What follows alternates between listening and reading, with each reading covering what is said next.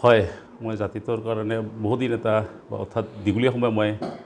জড়িত হৈ আছিলোঁ আৰু কাম কৰি গৈছিলোঁ আৰু ইয়াৰ মাজতে বিভিন্ন ঘাত প্ৰতিঘাত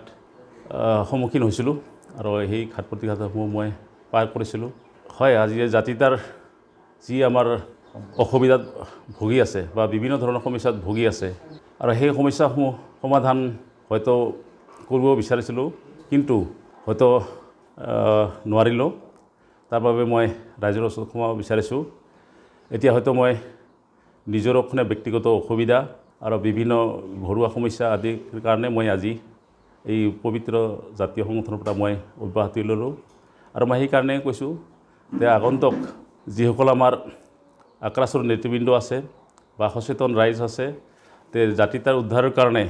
সকলোৱে যেন একেলগে মাৰ বান্ধি থিয় আহি যাতে চৰকাৰৰ ওচৰত দাবী উত্থাপন কৰি আমাৰ দাবীসমূহ পূৰণৰ চেষ্টা কৰে যে মই এইখিনি আহ্বান জনালোঁ যাতে কোনো ধৰণৰ আমাৰ যি বিভাজন আছিল এই বিভাজনসমূহ নোহোৱা কৰি সমিল মিলেৰে আগবাঢ়ি যাতে কাম কৰি যায় এইখিনি মোৰ আহ্বান থাকিল এই ক্ষেত্ৰত ৰাজনীতি দলৰ যোৱাৰ সম্ভাৱনা বা যোগদানৰ ক্ষেত্ৰত অলপ চিন্তা চৰ্চা চলিও আছে যেনিবা অচিৰে কম সময়ৰ ভিতৰতে বা কম দিনৰ ভিতৰতে কথাখিনি স্পষ্ট হ'ব আৰু যেতিয়া মই কোন ৰাজনীতি দলত যোগদান কৰোঁ তেতিয়া মই স্পষ্টভাৱে অৱগত কৰিম চাওক এতিয়া মই সাধাৰণ ৰাইজ হিচাপে যেহেতু মই এটা সংগ্ৰামী সত্তাৰ পৰা অহা ব্যক্তি আৰু নিশ্চয় মোৰ সেইটো সেন্টিমেন্ট আছে বা এটা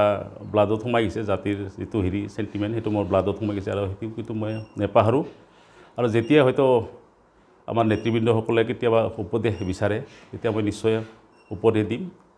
আৰু কেতিয়াবা যদি ৰাইজ হিচাপে সহযোগ কৰিব লাগে নিশ্চয় মই কৰিম তো এইখিনিয়ে